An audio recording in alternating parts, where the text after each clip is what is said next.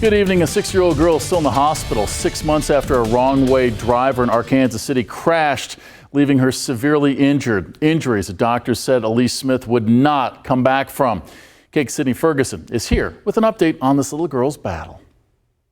Chris, Elise's mother says she was originally given a 0.1% chance of survival, but despite the odds, she's showing improvement. Still, this crash has left the Smith family in shambles, and while this mother supports her daughter, she needs support from the community. This is my little girl who was perfectly fine. 6-year-old Elise Smith is described as a bubbly kid with an infectious spirit. And now she needs me 24 hours a day, 7 days a week. But her life was completely changed when a wrong-way driver left her with severe injuries in February. Her mother, Alexis Smith, says she can't remember the days following the head-on collision. I just knew I needed to be there for my little girl. Elise is still in the hospital 6 months after the crash, first living in a medically induced coma and now a vegetative state, unable to move or control her own body, completely opposite of the child Smith describes. My faith is the only thing that has kept me pulling through this, because going from a very bubbly child who, would talk your ear off to pure silence is deafening.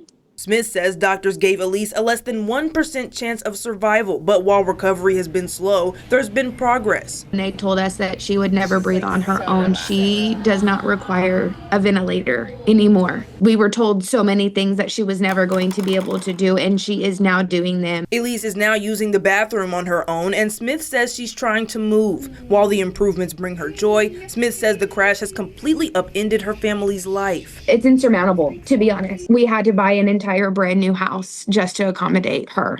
I had to buy a brand new vehicle because obviously mine was now totaled, and she has to have a specific vehicle because she is wheelchair bound. Smith says the family is out of hundreds of thousands of dollars and recently started a GoFundMe to help, which has almost $4,000 in donations. While the goal is $100,000, Smith says they're grateful for what they have so far.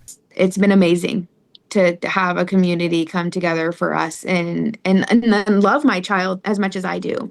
Daily praying for my child and keeping her in their thoughts. It really means so much more to me than any dollar amount could.